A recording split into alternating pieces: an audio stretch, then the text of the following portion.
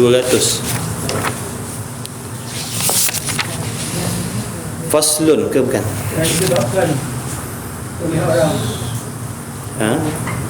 Dan disebutkan orang. Bahawasanya Allah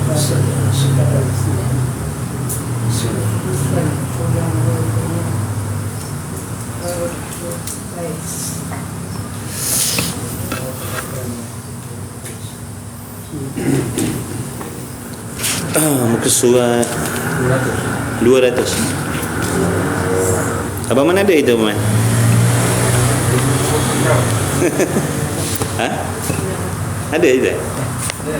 Ya ke? Kan Abang masih lupa penting, Abang. Ya, tak.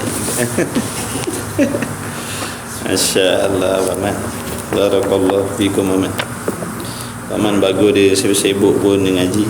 Alhamdulillah.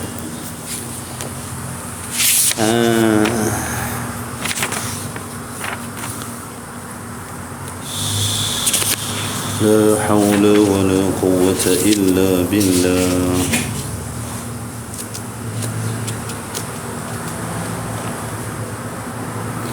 Bismillahirrahmanirrahim. قال المؤلف رحمه الله تعالى ونفعنا وإياكم بعلومه وبعلوم مشايخنا في الدارين آمين يا رب العالمين. Dan disebutkan orang ini, dan diceritakan bahawasanya Farqad As-Sabqi masuk ia Farqad As-Sabqi di atas Hasan Al-Basri, dan atasnya Farqad Kisaun, dan di atas Hasan pakaian. Maka jadilah ia jadilah ia Farqad merasa-rasakan dengan tangannya, yakni pakaian yang dipakai oleh Al-Imam Hasan Al-Basri. Jadi satu ketika Allahumma salli ala sayyidina Muhammad, Imam Al-Hasan Al-Basri didatangi oleh seorang yang bernama Farqad As-Sabqi. Lalu masuklah ia, yakni menghampirilah Farqad As-Sabqi tadi kepada Al-Imam Hasan Al-Basri. Sedangkan Farqad ni dia datang dengan memakai pakaian yang kisa, yakni pakaian yang kasar. Dia pakai pakaian yang kasar, pakaian yang kainnya kasar, pakaian yang murah, pakaian yang bercompang-camping.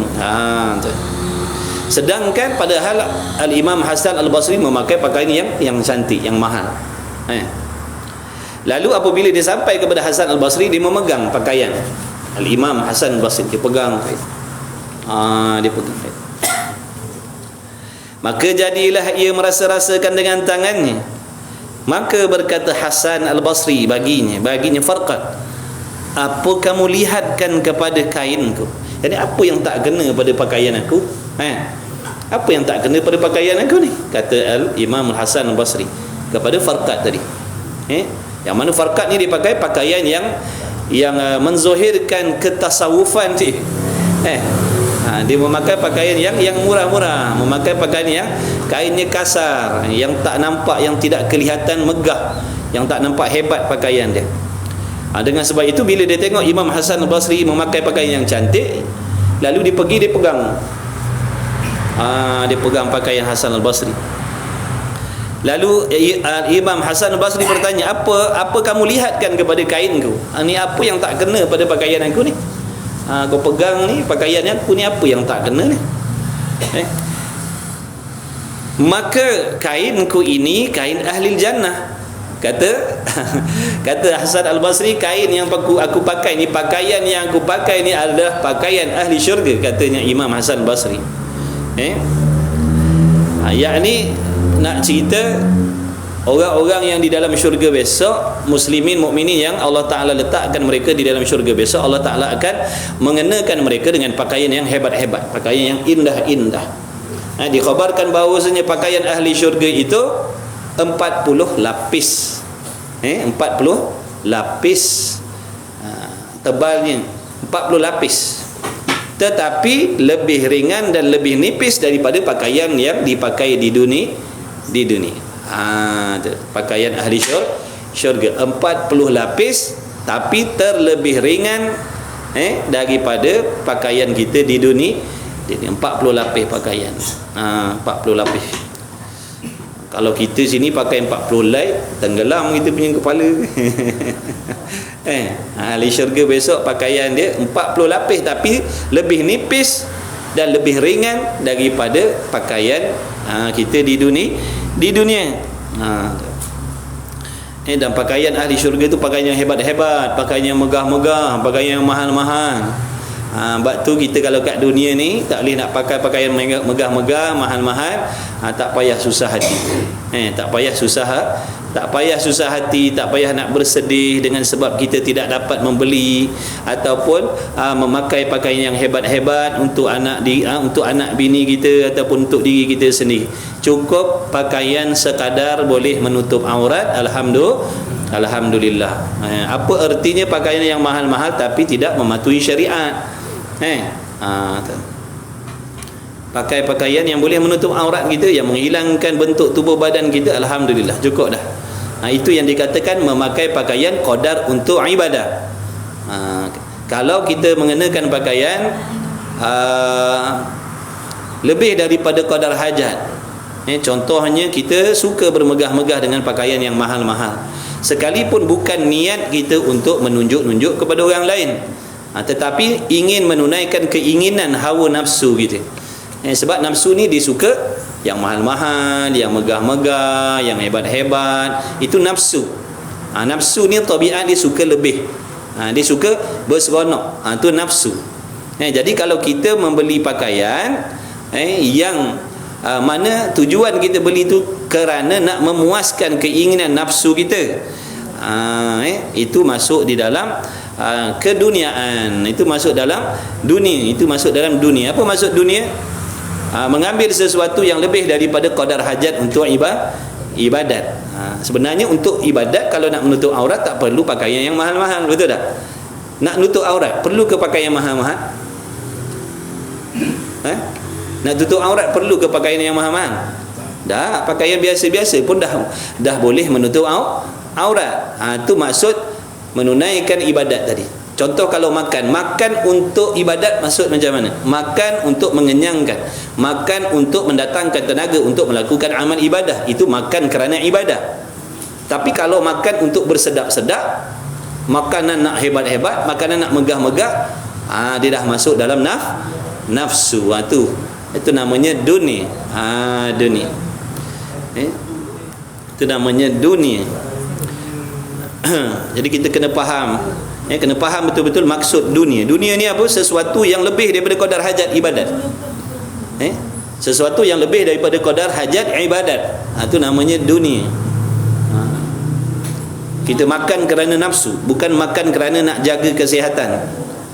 Makan bukan kerana nakkan tenaga supaya beribadat. Berpakaian bukan sekadar nak menutup aurat, tapi nak bermegah-megah dengan pakaian. Nak memiliki tempat tinggal yang hebat-hebat, yang gah-gah, bukan sekadar untuk melindungi anak bini kita daripada panah matahari dan sebagainya. Itu dah masuk dalam kata nafsu. Kita tengok atas dunia ni kenapa masa kita habis? Masa kita habis kenapa? Kerana banyak kita gunakan untuk cari duit. Kenapa perlukan duit yang banyak? Sebab nak apa? Nak membayar segala Allahumma salli ala Muhammad, nak membayar kos-kos asbab daripada keinginan nafsu kita tadi. Kalau kenderaan nak yang hebat, kalau rumah nak yang hebat, kalau pakaian nak yang hebat, kalau nak makan pergi tempat yang hebat-hebat, itu perlukan kos yang banyak. Bila perlukan kos yang banyak, memerlukan masa bekerja yang lebih. Bila masa kita dah habis untuk menunaikan keinginan nafsu tadi, maka dengan sendiri tidak ada waktu untuk ibadat. Itu punca dia. Itu punca dia. Maksudnya kita terpaksa bekerja lebih daripada masa yang sepatutnya. kerana nak menunaikan keinginan nafsu tadi. Sebaliknya kalau kita memilih untuk qanaah contohnya ataupun zuhud, cukup dengan kos yang tak tinggi maksudnya. Tak perlu kita memikirkan, tak perlu kita menyusahkan hati kita memikirkan macam mana nak memperolehi pakaian yang hebat-hebat, macam mana nak pergi makan tempat yang hebat-hebat, macam mana nak memiliki kenderaan yang hebat-hebat. Tak perlu nak risau tentang benda tu.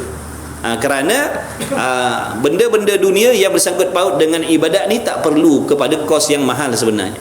Tapi oleh kerana keinginan kita tu, nafsu kita tu nak yang hebat-hebat, yang nak megah-megah, nak yang lebih selesa dan sebagainya, terpaksalah kita menanggung kos yang tinggi. Betul tak? Macam kita fikir, ulama dia dah semak, kaji selidik semua dah.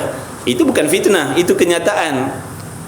Itu kenyataan. Kenapa nak kena kerja lebih daripada waktu tak cukup ke 8 jam, kena ambil overtime, kena buat part time pula? Sebab nak tanggung kos yang kita cari sendiri. Itu akibat dia. Dalam keadaan kita tak sedar, waktu untuk ibadat dah tak ada dah.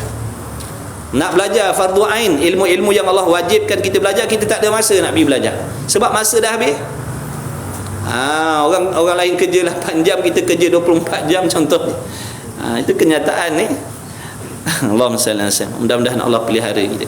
Allah Taala tidak melarang mencari kesenangan tadi, tapi apabila melampau batas, itu yang hukumnya haram tadi.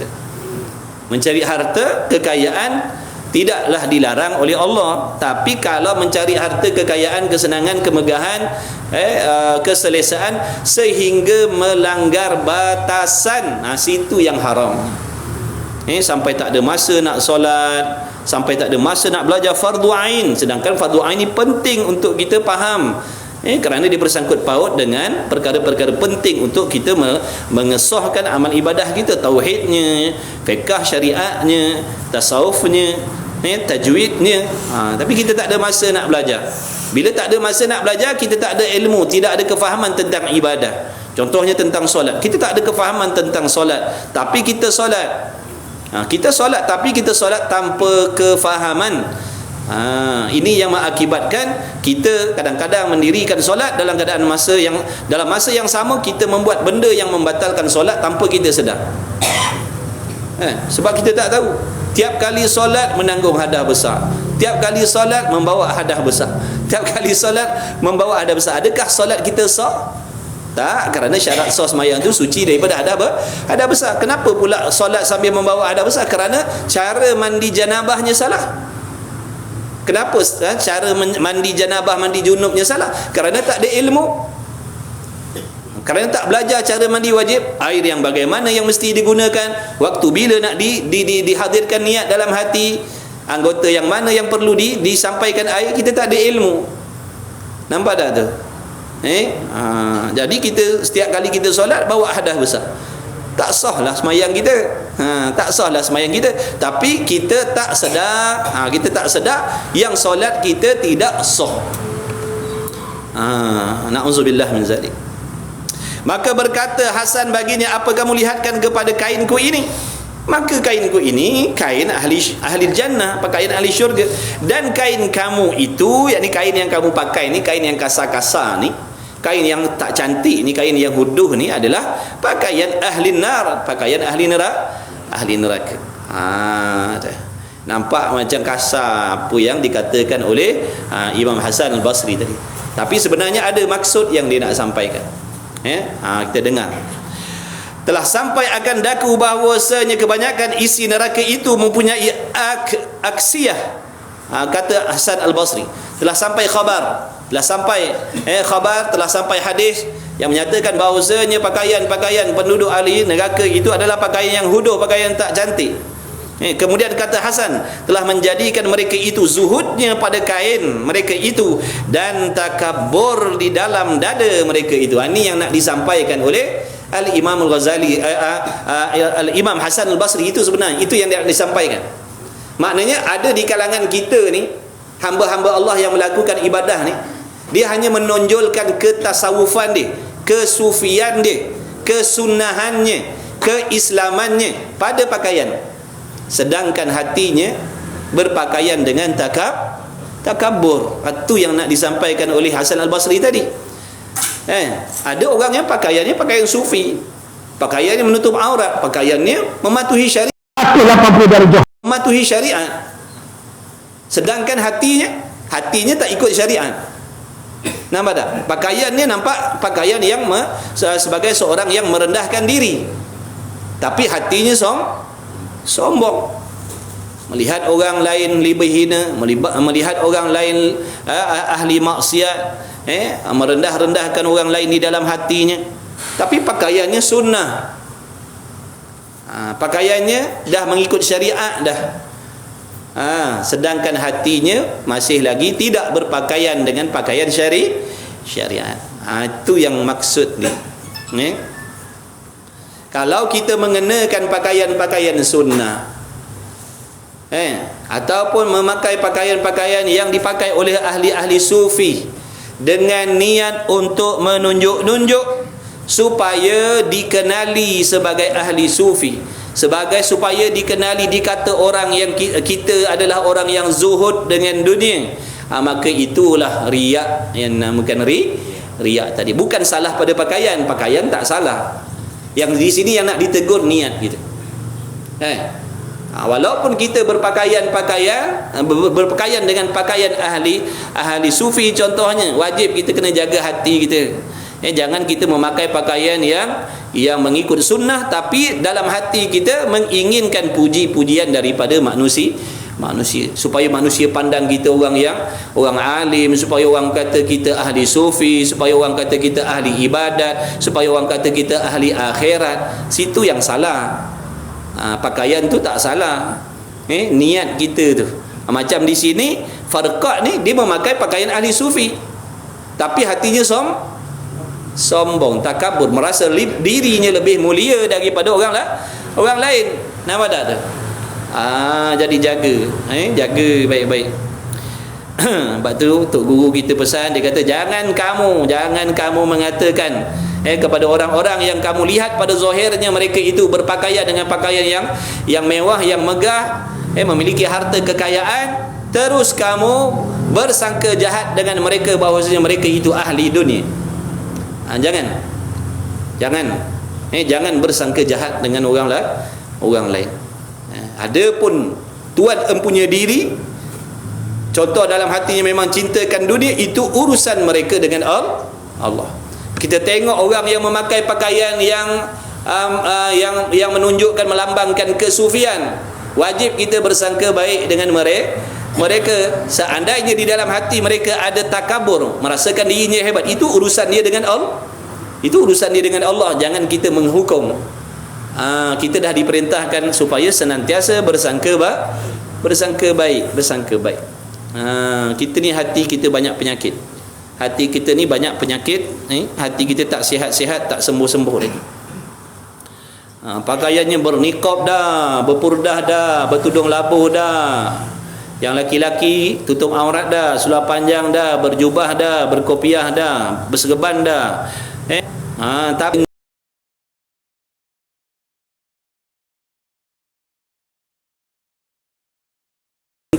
macam-macam lagi. Jadi bohong. Tak seiring zahir dan batinnya, tak seiring. Zahir dan batinnya memakai sunnah, pakaian hatinya tidak ikut akhlak hati Nabi sallallahu alaihi wasallam. Hati Nabi tidak cintakan dia, tapi kita berpakaian pakaian sunnah. Cintakan dia, tapi kita berpakaian pakaian sunnah, cintakan dunia. Contohnya, nampak tak? Pakaiannya dah ikut sunnah, dah ikut jari, dendam, hasad, dengki, dendam. Sebab tu kita kena tahu perjalanan ibadat ini mesti seiring, zahir dan batin mesti seiring. Itu bukan bermaksud kita kena tinggalkan syariat.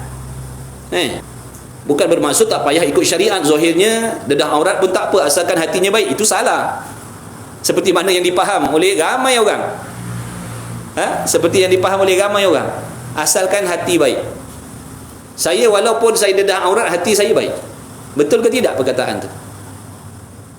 Siapa yang mengarahkan kita mendedahkan aurat? Siapa yang mengarahkan kita bergaul bebas antara lelaki dan perempuan? Bukankah hati? Bukankah hati yang memerintah? Bukankah hati yang menyuruh? Sebab tu Nabi SAW bersabda, hati itu adalah raja. Anggota kita ni adalah rakyatnya. Raja yang takut kepada Allah, dia akan mengarahkan rakyatnya supaya membuat benda-benda yang mentaati perintah Allah. Raja yang jahat, raja yang zalim, raja yang maksiat, dia akan mengarahkan rakyatnya supaya melakukan maksiat. Siapa yang membawa kalian datang ke surau malam ni? Bukankah hati? Nampak tak? Jadi tindakan kita yang zahir ini adalah arahan hati. Kita memakai pakaian yang menutup aurat. Kenapa? Kerana hati mengarahkan. Kita mendedahkan aurat, juga hati yang mengarahkan. Jadi perkataan yang mengatakan zahir kita ni walaupun zahirnya tidak mengikut syariat, tapi hati kita baik. Hati yang baik tidak akan mengarahkan kita supaya mendedahkan aurat. Hati yang baik tidak akan mengarahkan kita supaya bergaul bebas dengan laki-laki dan perempuan. Itu bukan hati yang baik, itu hati yang maksiat. Nampak tak tu? Hati yang baik dia akan mengajak tuannya supaya mengabdikan diri kepada Allah, bukan membelakangkan syariat Allah. Jadi ini yang menyebabkan ramai di kalangan kita yang berasa senang dan berasa selesa apabila zahirnya meninggalkan syariat. Mereka berasa selamat, mereka merasa sentosa dengan keadaan demikian kerana mengikut perkataan tadi tu, asalkan hati baik. Mulut saya ni memang suka mencarut, mulut saya ni memang suka menyumpah, tapi hati saya baik. Betul ke? Betul ke tidak? Nampak tak? Jadi bila kita faham begitu, kalau mulut kita suka cakap kotor, kita tak akan rasa berdosa dengan Allah. Sebab apa? Hati baik. Na'udzubillah min zalik. Ini yang menyebabkan kita banyak rosak. Yang dedah aurat berasa selesa dengan pendedahan auratnya, sedangkan Allah melarang dedah aurat. Tapi tuan empunya badan berasa selesa. Aku walaupun mendedahkan aurat, hati aku baik, hati aku tak dengki dengan orang. Na'udzubillah. Sebab tu belajar mengaji. Orang ajak mengaji, orang ajak belajar tu, datanglah, dengarlah. Kalau tak, kita ditipu oleh nafsu tipu kita. Nafsu ni dia tak akan bawa kita kepada benda baik. Nafsu ni akan mengajak kita kepada kecelakaan. Saya walaupun tak semayang, hati saya baik. Saya walaupun saya tonggang arak, hati saya baik. Saya walaupun berzina, hati saya baik. Boleh macam tu? Habis tonggang terbaliklah agama jadi tak ada faedah lah syariat yang dibawa oleh Nabi sallallahu alaihi wasallam kalau begitu. Maksudnya kitab-kitab fiqh ni tak ada faedah. Buat apa nak belajar hukum syariat ni? Buat apa nak belajar hukum halal haram ni? Kalau semuanya itu kembali kepada hati yang baik. Lepas tu kita rasa senang. Kita tak solat pun tak ada rasa bersalah dengan Allah, sebab hati kita baik. Hati kita lah yang mengajak kita meninggalkan sembahyang. Hati kita lah yang mengajak kita meninggalkan majlis ilmu. Hati kita lah yang mengajak tubuh badan kita bersibuk mencari dunia pagi, petang, siang, malam. Sebab tu kena baiki hati kita. Ni ilmu tasawuf ni memang ilmu nak mendidik hati kita dengan akhlak yang baik. Ni ilmu tasawuf ni peranan dia nak memperbaiki, nak memperbetulkan, nak menceritakan tentang kelakuan hati, mana yang terpuji dan mana yang dicela oleh Allah. Contohnya macam di sini tadi, pakaiannya nampak macam ahli ibadah dah, pakaiannya nampak macam ahli akhirat dah, pakaiannya nampak macam orang yang tawaduk, merendah diri dah. Rupa-rupa dalam hatinya takabur, sombong, merasakan diri lebih mulia daripada orang lain. Faham baik-baik erti takabur. Takabur ni dosa besar, tuan-tuan. Dia tak akan gugur dosa takabur ni dengan kita bersedekah subuh, bersedekah hari Jumaat, pergi balik solat Jumaat, pergi balik sembahyang berjamaah, pergi balik surau, berzakat, solat sunat banyak-banyak, solat tahajud banyak-banyak, puasa sunat banyak-banyak, baca Quran banyak-banyak. Tidak akan menggugurkan dosa besar. Dosa besar hanya gugur dengan taubat nasuha. Taubat yang mengikut syarat dan rukun. Ada pun yang gugur dengan ibadat kita bersedekah, berzikir, berwirid, solat berjamaah dan sebagainya, itu dosa kecil. Dosa kecil gugur dengan kita buat ibadat. Dosa kecil gugur dengan kita bersolawat. Dosa kecil gugur dengan kita bertahlil. Ada pun dosa besar takkan gugur kecuali dengan bertaubat, yakni taubat nasuh, taubat nasuha. Apa itu taubat nasuha? Menangis. Itu taubat nasuha, menangis. Taubat nasuha ni, taubat ni amalan hati ataupun amalan anggota? Saya kalau saya buat dosa, saya buat sembahyang sunat taubat, Ustaz. Betul eh? Sembahyang sunat taubat apa hukum dia? Sunat. Bertaubat hukumnya wajib. Tapi kita yang tak tahu, bila kita buat dosa besar, derhaka pada mak ayah kita contoh, sembahyang sunat taubat. Nampak tak tu? Nampak tak kita dipermain-mainkan oleh kejahilan tadi? Bertaubat itu yang wajib. Sembahyang sunat tu tak berdosa kalau tak buat. Bertaubat itu yang wajib ni. Berapa kali taubat? Dia kata taubat hanya sekali. Pun ada juga fahaman tu. Inna lillahi wa inna ilaihi raji'un. Taubat hanya sekali. Ni yang kita simpan ni, tak nak pakai sekarang ni. Bila dia faham taubat sekali, sekarang ni dia tak nak guna lagi. Sebab rasa muda lagi, sihat lagi, nafsu tengah seronok buat dosa maksiat, tunggu dululah. Sebab kalau taubat sekarang, nanti dah habis dah. Peruntukan dah habis. Tunggu nanti, lepas pencen baru taubat. Rasa dah tua besok, dah tak mampu baru taubat. Sayang nak guna taubat tu. Sebab apa? Dia faham taubat hanya segar la ilaha illallah. Taubat berkali-kali. Setiap kali melakukan dosa wajib bertaubat. Bukan taubat hanya sekali. Taubat bukan sekali. Taubat setiap kali berdosa wajib taubat. Wajib bertaubat. Setiap kali melakukan dosa, lebih-lebih lagi dosa besar. Contohnya takabur ni dosa besar. Merasakan diri kita lebih daripada orang lain di dalam hal-hal kebaikan. Itu ta'rif dia. Bila dalam hati kita ada perasaan aku lebih baik daripada si Polan, aku lebih baik daripada Polana dalam hal kebaikan, itulah namanya takabur. Tu sombong tak? Takabur ni sifat iblis. Nampak tak? Dengan sebab takabur itu Allah melaknat iblis. Sedangkan iblis ni beribadat beribu tahun, ilmunya banyak, taat kepada Allah, tapi dengan sebab dalam hatinya ada takabur, Allah laknat dia. Ini kan kita, tuan-tuan, umur kita berapa hari? Umur kita tak sampai 1000 tahun. Kita beramal pun tanpa ilmu, maksiat kita langgar hari-hari. Ada takabur pula dalam hati kita. Macam mana agak-agaknya? Mana tempat dan kedudukan kita di sisi Allah kalau begitu? Sedangkan yang iblis tadi hidupnya beribu tahun dalam taat kepada Allah, ada takabur aja dalam diri dia, Allah laknat dia, Allah halaunya daripada syurga. Nampak tak? Jadi takabur ni dosa besar. Faham baik-baik takrif, definisi takabur ni, supaya kita boleh cari dalam hati kita ada ataupun tidak. Kalau ada, wajib buang. Kita belajar tasawuf ni supaya kita tahu manakah sifat yang haram simpan dalam hati, manakah sifat yang wajib ada dalam hati. Sifat yang wajib ada dalam hati, tawaduk, merendah diri.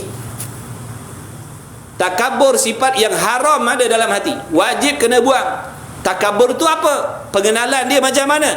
Perasaan dalam hati kita, merasa diri kita lebih daripada orang lain dalam hal-hal kebaikan. Dalam hal-hal ketaatan, kita merasa aku lebih taat daripada dia, aku lebih soleh daripada dia, aku lebih berilmu daripada dia, aku lebih warak daripada dia, aku lebih banyak taubat daripada dia. Itu takabur. Nabi pesan, kalau ada sebesar biji sawi takabur ni dalam hati kita, kita takkan dimasukkan oleh Allah ke dalam syurga. Tak masuk syurga. Maksudnya tak akan masuk syurga bersama orang-orang yang awal. Kena bakar dulu dosa-dosa kita tu. Itu dosa takabur. Dosa riak lain pula, dosa ujub lain pula. Dosa sum'ah lain pula. Tu ujub, riya, sum'ah, takabur. Ini jadi benda-benda yang haram kita simpan dalam hati. Walaupun ada satu, kita dibenci oleh Allah. Sebab tu dipanggil sifat mazmumah, sifat yang dibenci oleh Allah. Sifat mazmumah ni banyak. Cukup satu aja ada dalam hati kita, Allah benci kepada kita. Allah tak redha dengan kita. Walau ada satu. Kita bukan satu. Penyakit hati kita macam buah rambai. Yang hasadnya lain, yang dengkinya lain, yang dendamnya lain, yang riaknya lain, yang sum'ahnya lain. Sum'ah tu apa pula? Entahlah. Dan macam mana? Bila kita tak kenal, macam mana kita nak perasan benda tu ada ataupun tidak dalam hati kita? Kita berasa hati kita bersih je. Rupa-rupanya takabur ada, riak ada, ujub ada, sum'ah ada. Sum'ah ni nanti tertunggu-tunggu mendengar kata-kata puji-pujian daripada orang lain terhadap amal yang kita buat. Itu sum'ah. Saya dah buat benda baik, saya dah buat taat tadi, tapi saya tertunggu-tunggu bila orang nak tanya tentang kebaikan yang saya buat tadi. Tadi saya dah berkhutbah dengan penuh semangat, tapi tak ada orang tanya pun, tak ada orang kata hebat pun. Saya tertunggu-tunggu perkataan tu. Boleh faham tak? Kalau yang bersedekah, tertunggu-tunggu bila orang nak tanya tentang sedekah aku tadi.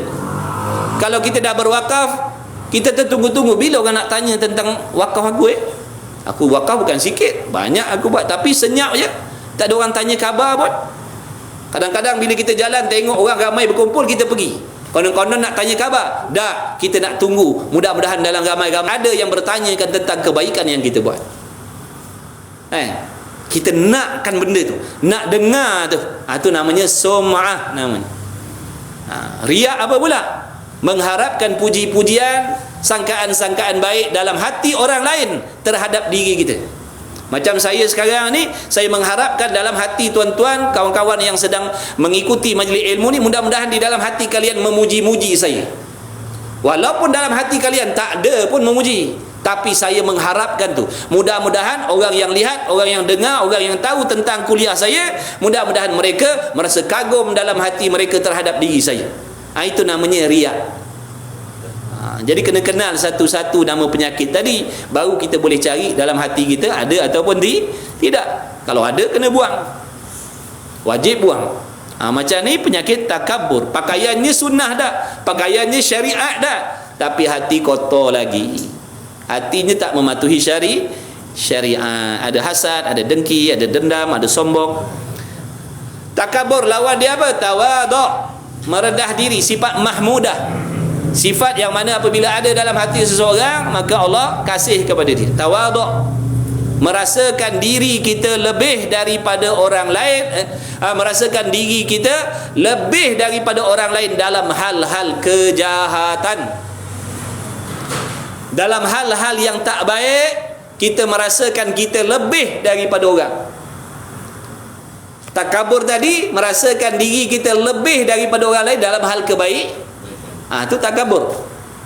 Tawaduk, merasakan diri kita lebih daripada orang lain, tapi dalam hal kekurangan. Contohnya jahil. Jahil ni sifat kekurangan. Kita merasakan dalam ramai-ramai ni perhimpunan dalam masjid ni, dalam ramai-ramai penuntut ilmu ni, nak bandingkan dengan kawan-kawan yang lain, akulah yang paling jahil kalau nak bandingkan. Itu tawaduk. Kalau dalam masjid, contohnya pergi Mekah contohnya, ada berjuta orang kat situ, dalam ramai-ramai jamaah ni, akulah yang paling banyak maksiat sekali kalau nak bandingkan dengan jamaah yang lain. Itu tawaduk. Waktu kita berdoa, kita berdoa, barangkali kalau Allah Ta'ala kabulkan doa aku ni disebabkan akulah, bukan dengan sebab jemaah yang lain. Itu takabur. Itu penyakit hati. Kena buang. Mesti ada sebab. Apa punca dalam hati kita boleh ada takabur? Mesti ada sebab. Kullu syai'in sababun. Tiap-tiap suatu mesti ada sebab. Kenapa boleh timbul penyakit takabur, sombong dalam hati, memuji-muji diri, merasakan lebih daripada orang? Kerana lupa hakikat diri. Kerana lupa lupa hakikat diri yang mana pada hakikatnya segala yang ada pada diri kita, rohani dan jasmani kita, dan segala sifat-sifat yang baik yang ada pada tubuh badan kita ini semata-mata pinjaman daripada Allah. Kita lupa pinjam, kita merasakan milik kita. Sebab tu kita jadi sombong. Kalau kita sedar semua yang ada ni pinjam dan Allah akan ambil bila-bila masa, kita takkan sombong. Kita tahu hakikat kejadian kita apa? Hakikat kejadian kita air mani. Tak ada kemuliaan pun. Semua orang jadi daripada air mani. Orang lain pun macam tu, kita pun macam tu. Air yang liwat, air yang luat, air yang kotor, air yang jijik, air yang meloyakan. Kata Tok Guru, dia kata air mani ni kalau jatuh, ayam tak patuk, itik pun tak sudu. Hinanya. Itulah kejadian kita. Adakah kemuliaan? Tak ada. Dah sekarang dalam perut kita ada apa? Ada berak, ada tai, ada najis. Mulia ke? Dalam hati, dalam perut kita bawa kotor, bawa benda kotor, ada ke kemuliaan? Kita kalau selisih, kalau kita duduk kat jalan raya tu, kalau kat depan tu ada lori bawa najis tu, cepat-cepat kita potong. Walaupun tak nampak najis dalam tu, tapi kita tahu dalam tangki lori ni bawa najis. Indah water ada bawa najis. Cepat kita potong. Sebab apa? Kita kata kotor, kita kata jijik. Tapi kita tak sedar dalam perut kita pun sama dengan lori itu tadi. Sama-sama bawa benda kotor. Tapi terlupa. Bila kita terlupa, kita merasakan diri kita hebat. Mati besok jadi apa pula? Bertukar jadi emas ke? Bila dah mati bertukar jadi apa? Belian. Dah jadi bangkai busuk, yang dimakan oleh ulat-ulat, yang dimakan oleh cacing-cacing. Dah mana kemuliaan kita? Ini di antara punca dan sebab timbulnya perasaan takabur di dalam hati. Sedar tak kita sekarang ni, contohnya yang sedang mengaji ni, kita sedang ditolong oleh Allah ni, yang memperlihatkan objek-objek ni pada mata kita ni, yang memperdengarkan suara kita ni Allah, yang memperdengarkan suara pada telinga kita ni Allah, yang memperdengarkan, Allah yang memperlihatkan, Allah yang memberi akal sehingga sekarang kita boleh berfikir. Semua pinjam. Tapi bila kita merasakan kita, habislah. Itu yang jadi sombong, merasakan diri lebih daripada orang lain, padahal semuanya meminjam nikmat Allah. Antumul fuqara'u ilallah. Kamu sekalian berkehendak, berhajat, bergantung kepada Allah. Siapa pun, sekalipun kamu raja, sekalipun kamu jutawan, bilioner, ahli perniagaan, artis dan sebagainya, semuanya bergantung. Ulama, semuanya bergantung nikmat Allah, berhajat kepada Allah. Kita berhajat kepada taufik. Kalau Allah tak bagi taufik, kalau Allah tak bagi iman, kita tak akan duduk di sini. Kita tak pernah minta pun kita dilahirkan sebagai umatnya Nabi Muhammad sallallahu alaihi wasallam. Kita tak pernah pun minta dilahirkan. Allah Ta'ala menciptakan kita di kalangan umat Nabi Muhammad sallallahu alaihi wasallam yang beriman. Tak pernah minta pun. Tapi dengan limpah rahmat kasih sayang Allah, dengan kehendak Allah, Allah memilih kita, melahirkan kita di kalangan menjadi umat Nabi Muhammad SAW. Bukan sekadar tu beriman pula, bukan sekadar beriman, diberi taufik beribadat pula. Bukan semua umat Nabi Muhammad SAW itu melakukan ibadah. Nampak tak tu? Pinjam. Hari ni sekarang kita boleh duduk dalam taat, tak tahu ni 5-6 jam akan datang ni mana pula tempat kita pergi. Sekarang kita sedang taat ni, alhamdulillah, dengan taufik Allah, sedang mengaji. Masa akan datang ni, sejam dua akan datang, kita tahu tak mana tempat kita akan pergi? Tak tahu. Sebab tu jangan takabur, jangan sombong, jangan sombong. Tapi dalam hati kita kena ada harap, ya Allah, kau kekalkanlah nikmat taat ini, kau kekalkanlah nikmat taufik ini, ya Allah, supaya aku senantiasa duduk di dalam ibadah. Jangan kau tarik balik. Rabbana la tuzigh qulubana ba'da idh hadaitana. Ya Allah, jangan kau cabut balik petunjuk yang kau dah bagi dalam hati aku, ya Allah. Minta, berhajat kepada Allah. Kita berhajat kepada Allah supaya menetapkan hati kita yang berbolak-balik ni. Allahumma ya muqallibal qulub, wahai Tuhan yang membolak-balikkan hati, ya Allah, tolonglah tetapkan hati aku ni di atas taat, ya Allah. Jangan sekejapnya nak taat, sekejapnya nak buat maksiat, sekejap nak taat, sekejap nak buat maksiat. Minta pun berhajat kepada Allah, minta kepada Allah tetapkan hati atas taat.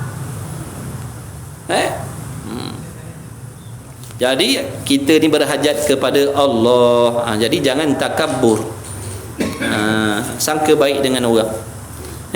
Ada pun hakikat diri orang tu hatinya penuh dosa maksiat, itu urusan mereka dengan Allah. Itu urusan mereka dengan Allah. Itu bukan urusan kita. Dosa mereka yang akan jawab. Dosa hati kita yang bertanggungjawab. Kemudian kata Hasan, telah menjadikan mereka itu zuhudnya pada kain mereka itu. Mereka hanya bermuka-muka dengan pakaiannya, yang mematuhi syariat, padahal hatinya sombong dengan orang lain. Hatinya ada sifat yang dibenci oleh Allah. Demi Tuhan yang aku bersumpah dengan dia, sesungguhnya seorang kamu dengan kisahnya terlebih besar takabur daripada mempunyai mitraf, yakni selendang daripada sutra yang ada tepinya dengan kain mitrafnya. Kata Hasan Al-Basri, demi Allah, dia kata, aku bersumpah sesungguhnya kamu adalah orang yang sombong dengan memakai pakaian kesufian. Kamu lebih besar sombong daripada orang yang memakai pakaian yang indah. Orang yang pakai pakaian yang indah-indah, orang yang pakai pakaian yang nampak mahal, tak ada pun dalam hati merasakan diri lebih hebat daripada orang lain. Tetapi kamu yang dah memakai pakaian ahli sufi, kononnya dalam hatinya penuh dengan takabur. Kita yang dah memakai pakaian yang kononnya dah ikut syariat ni, ikut syariat adalah dah longgar-longgar, tak nampak warna kulit, tak nampak bentuk tubuh badan, tu patut syariat lah tu. Tapi hati tak baik lagi. Kena ejah hati kita supaya muafakat zahir dan batin taat. Sebab tu kita dalam solat, sewaktu kita baca ihdinas siratal mustaqim, pimpinlah aku ke jalan yang lurus, ihdinas siratal mustaqim, minta Allah bimbing kita zahir dan batin. Dalam hati kita bila baca ayat tu, minta, ya Allah, bimbinglah zahir dan batin aku ke jalan yang lurus. Jangan minta bimbing zahir je. Bimbing zahir ni dah semayang dah, zahir dah ikut syariat dah.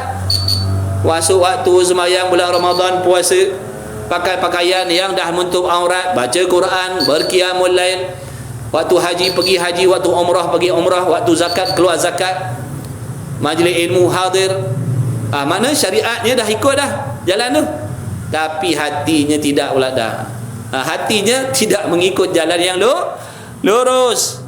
Hatinya disesatkan. Hatinya tersesat, bukan jalan lurus. Hasad, dengki, ujub, riak, takabur, cintakan dunia, cintakan harta, cintakan pangkat, cintakan jawatan, cintakan puji-pujian, cintakan penghormatan. Itu semua jalan yang menyimpang daripada jalan yang lurus. Maka Allah selamatkan dan bimbing kita semua. Amin ya rabbal alamin. Ini kita ni tuan-tuan, kita belajar ni, kita dengar ni, macam mana anak bini kita pula. Anak bini kita tahu tak cerita ni? Macam mana mereka besok? Ni kita tahu. Kita dah belajar, kita dah dengar, faham tu ke? Bahaya ni. Anak bini kita tahu tak? Kalau tak mengaji, tak tahu. Sebab itu wajib suami mengajarkan isterinya ilmu fardhu ain, supaya isterinya pun hatinya terbimbing, supaya anak bini kita pun tahu mana sifat mazmumah, mana sifat mahmudah, mana sifat yang wajib ada dalam hati, manakah satu sifat yang haram disimpan dalam hati. Itu tanggungjawab suami. Jadi kalau suami tak boleh hajar, wajib dia mencarikan guru supaya isterinya pun dapat tahu, dapat faham tentang perkara-perkara penting dalam ibadat, supaya nanti amalannya betul dan diterima oleh Allah. Kata nak sama-sama masuk syurga, kalau dah sama-sama nak masuk syurga, kena sama-samalah menuntut ilmu, fahamkan agama, supaya pakat-pakat boleh membuat benda taat zahir dan batin. Barulah insya-Allah kedua-duanya nanti akan diselamatkan oleh Allah daripada neraka Allah. Ini suami mengaji, bini tak ngaji, bini ngaji, suami tak ngaji, mak bapak ngaji, anak-anak tak ngaji. Macam mana tu yang kita kata nak selamat tu, sedangkan Allah Ta'ala kata qu anfusakum wa ahlikum nara. Taklah kamu jaga diri kamu dan jaga anak bini kamu, ahli keluarga kamu daripada azab neraka Allah. Ini kita jaga diri kita je, lepaskan tekuk kita seorang. Anak bini kita biarkan dalam kebodohan, kejahilan. Sembahyang entah betul entah tidak, mandi wajibnya entah betul entah tidak, cuci najisnya entah betul ke tidak, akidahnya entah macam mana. Cuba kita fikir macam mana nasib kita dan nasib anak bini kita selepas daripada mati besok. Kalau daripada sekarang kita tak bertindak, berusaha menuntut ilmu, perbaiki, na'udzubillah min zalik. Takut-takut yang namanya syurga itu jadi khayalan sahaja. Imam Ghazali kata nanti di hari kiamat ada suatu golongan yang mana waktu dunia dia dengar tentang syurga, lazatnya, hebatnya, indahnya syurga, tapi di hari kiamat dia tidak direzekikan syurga. Sebaliknya dia dihumbankan dalam neraka Allah. Kenapa? Kerana cara ibadatnya salah. Pakak-pakak mengaji, pakak-pakak belajar, sementara aman damai, ni negara kita aman damai, sementara sihat, Allah bagi kita kenderaan, kemudahan, gunakanlah benda-benda tu untuk menolong akhirat, menolong ibadat kita. Tak dapat tiap hari, seminggu sekali pun jadilah permulaan. Macam tu. Tak dapat datang bertalaki, ngaji secara online pun boleh. Ada yang tanya, Ustaz, sah ke kalau kita belajar ilmu fardu ain melalui online? Sah ke? Sah. Selagi ilmu yang kita belajar secara online tu ilmunya tidak melanggar syariat, tidak melanggar tak melanggar akidah, betul lah, tak apalah. Belajar bab solat secara online boleh? Boleh. Tapi bertalaki itu lebihlah dia punya fadilat dia. Tak sama dengan online. Kerana yang bertalaki ni kena korban masa, kena keluar, kadang-kadang tempat kuliahnya jauh. Tu pahala bonus lah situ. Online ni dia duduk menyandar je kat rumah. Ngaji secara menyandar. Ada yang menerap, ada yang menyandar. Menerap ngaji tasawuf. Belengeng je ngaji tasawuf. Tu kat rumah online. Jadi dari segi adab dan akhlak tu tak terjaga.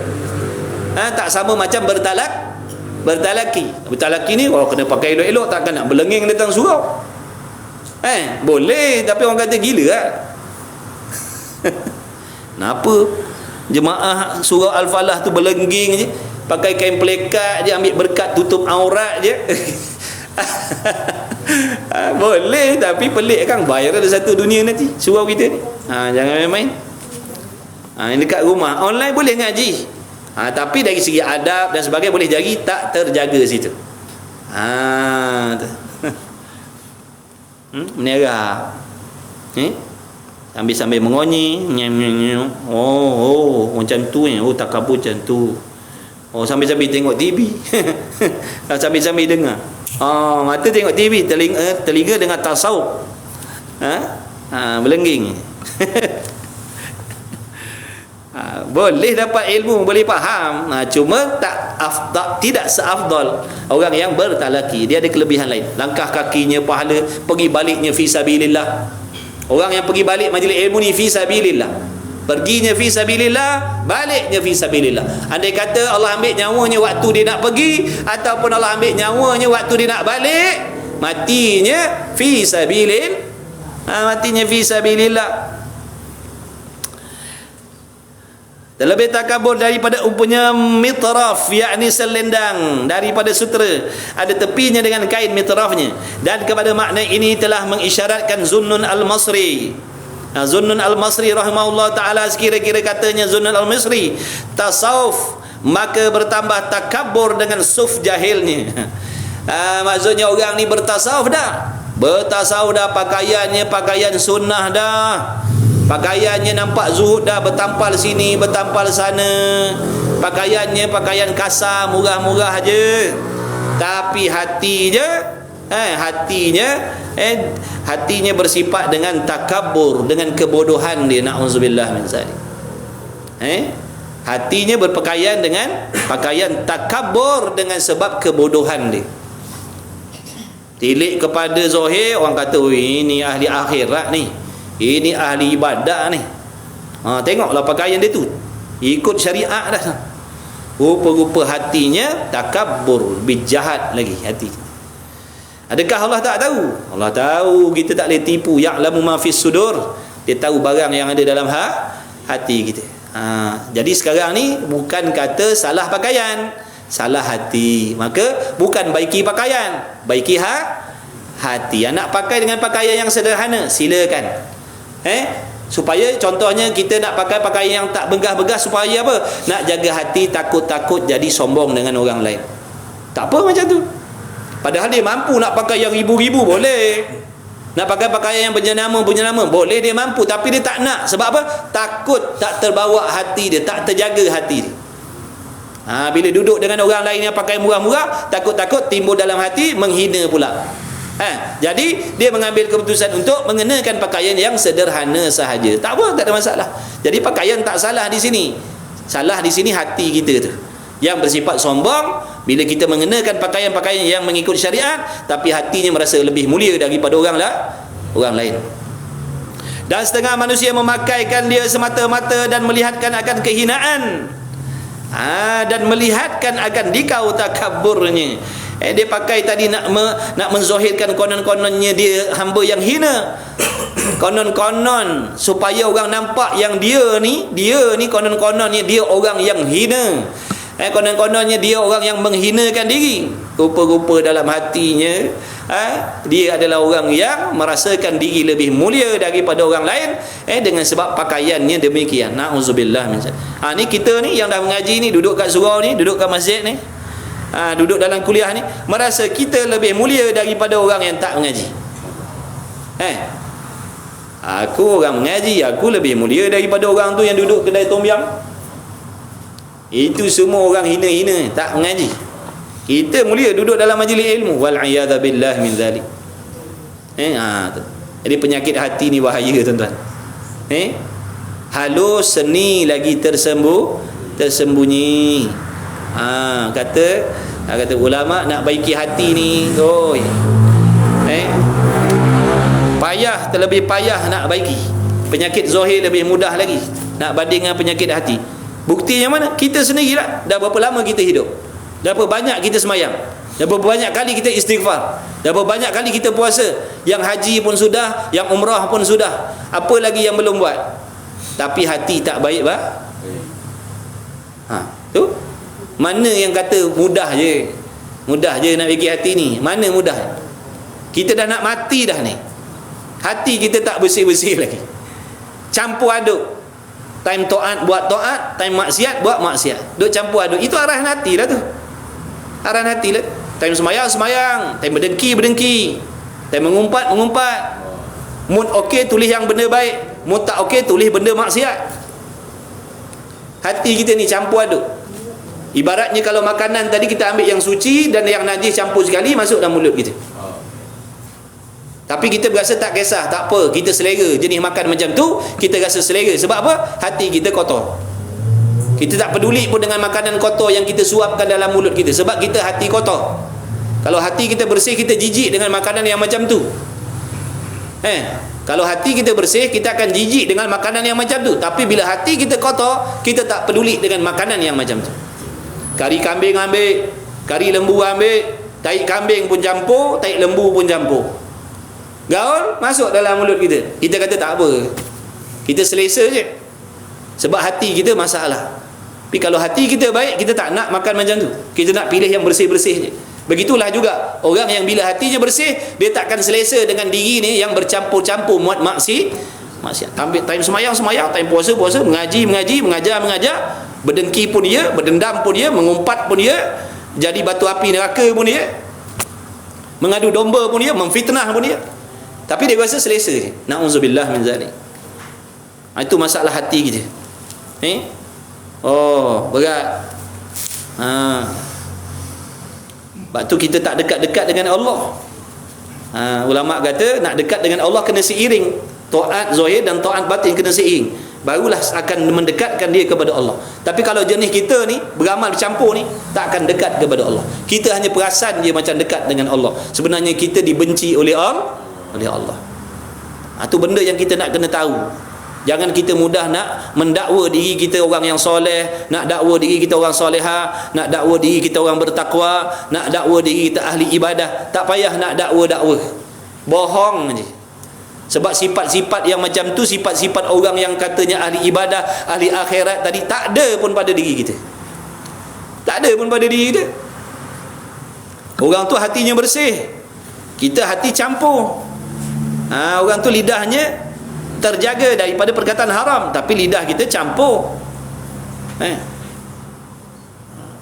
Tapi kita mendakwa diri kita, aku ni orang soleh dah, aku ni orang solehah dah, aku ni ahli ilmu dah, aku ni ahli ibadat dah, aku ni ahli akhirat dah. Semua ngaku. Ini yang nama ujub.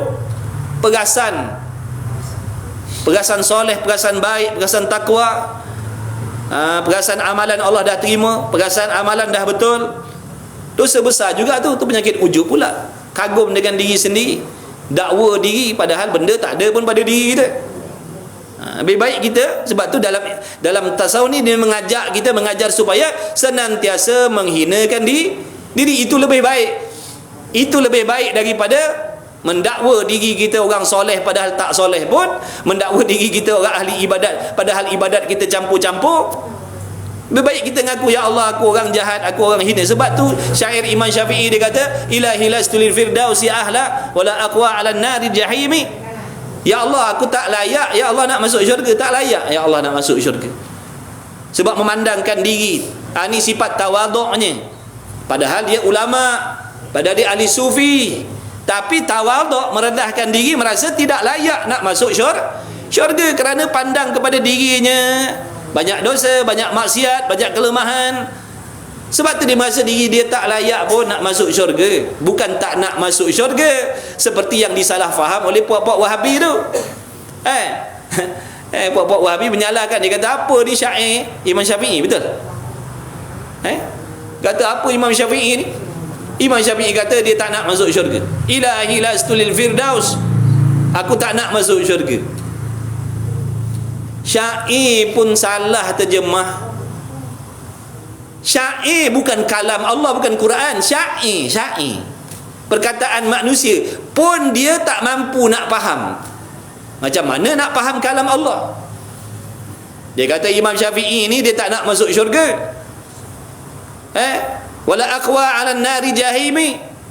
Imam Syafi'i kata aku tak kuasa ya Allah. Dah ke tempat kita balik akhirat besok dua je, tak syurga neraka, tak ada duduk tengah-tengah. Dia kata Imam Syafi'i ni nak duduk tengah-tengah, masuk syurga pun tak mau, masuk neraka pun tak mau.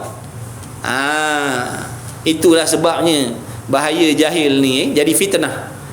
Imam Syafi'i kata aku tak layak ya Allah nak masuk syurga, tak layak, aku ni bukan ahli ibadah. Lepas tu kalau tak syurga neraka lah besok. Tapi kalau nak humban aku dalam neraka, aku tak kuasa ya Allah, azabnya dahsyat, tak habis lagi. Sebab tu kena baca habis.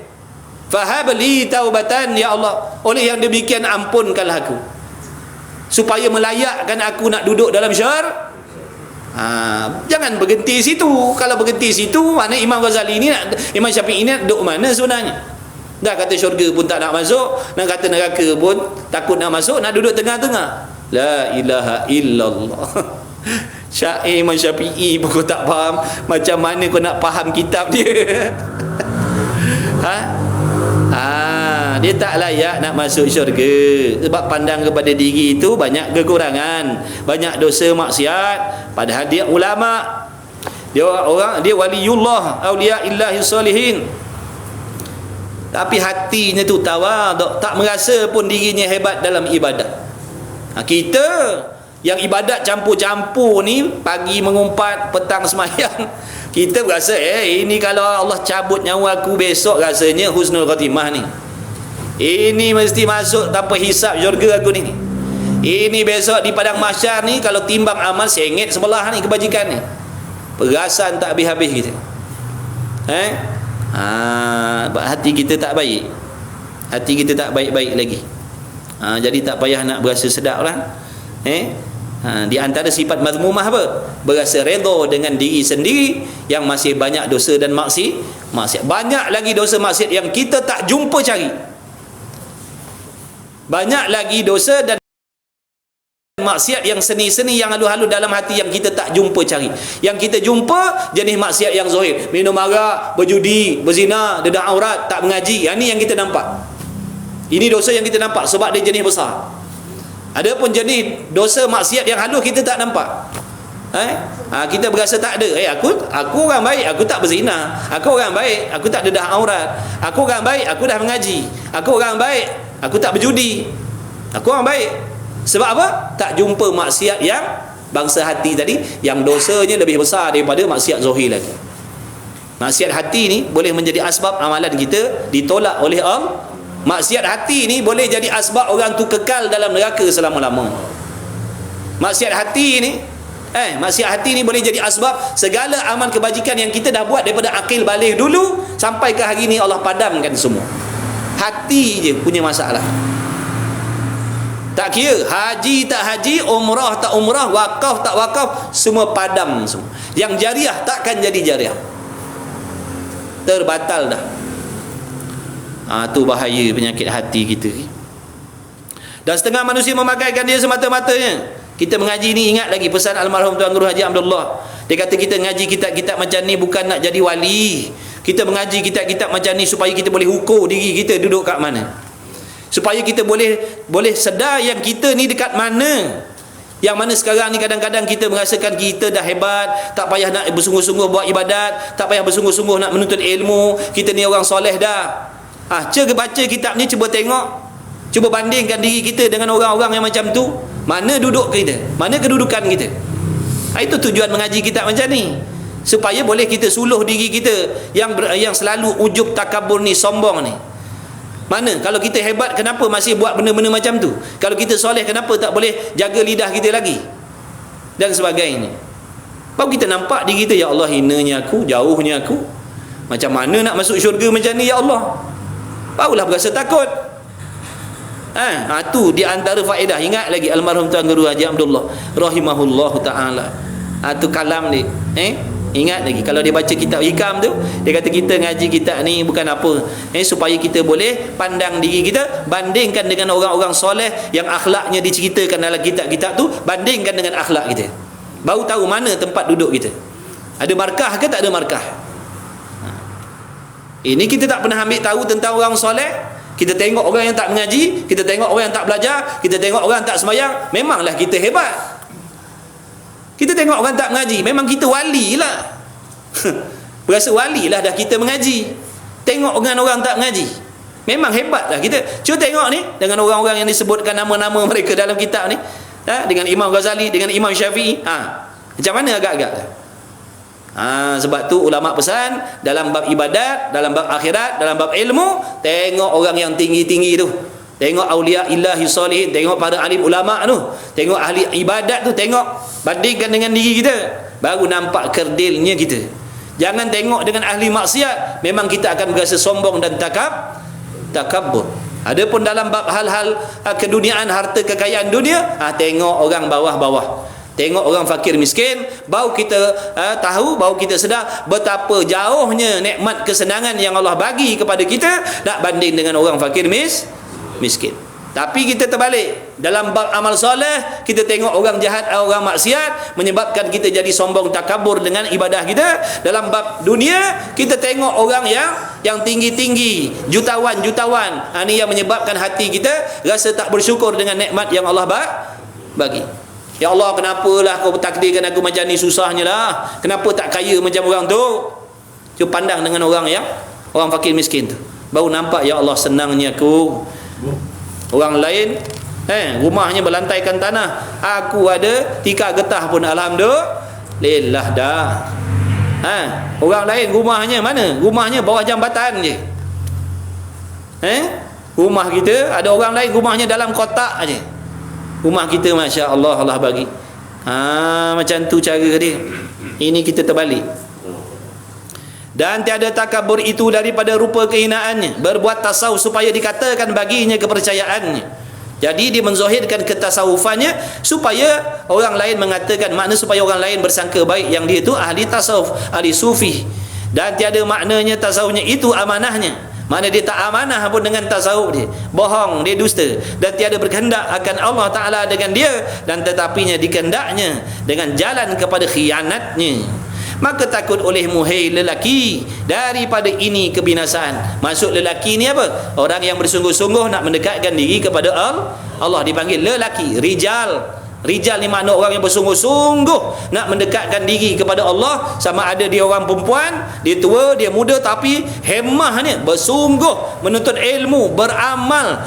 Bila dia tergelincir jatuh dalam dosa maksiat, dia bangun lagi, dia bangkit lagi, dia tak putus asa. Dia tak mengalah. Itu namanya rijal, orang laki-laki. Makna orang yang bersungguh-sungguh nak mendekatkan diri, yang berjalan kepada Allah, dia bersungguh-sungguh. Jadi pesanan Imam Ghazali kepada orang-orang yang bermujahadah, bersungguh-sungguh kepada ibadat ni, hendaklah kamu takut, wahai orang yang nak mendekatkan diri kepada Allah, hendaklah kamu takut ini kebinasaan yang empat.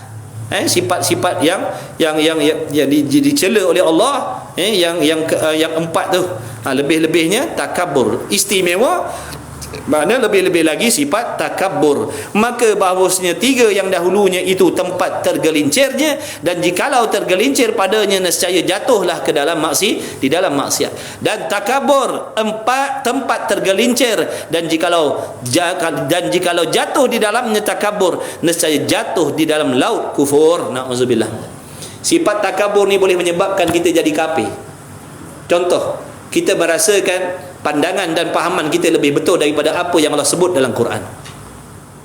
Kita merasakan, kita ni yang berpendidikan ni merasakan apa pendapat dan pandangan kita lebih tepat daripada hadis-hadis Nabi sallallahu alaihi wasallam.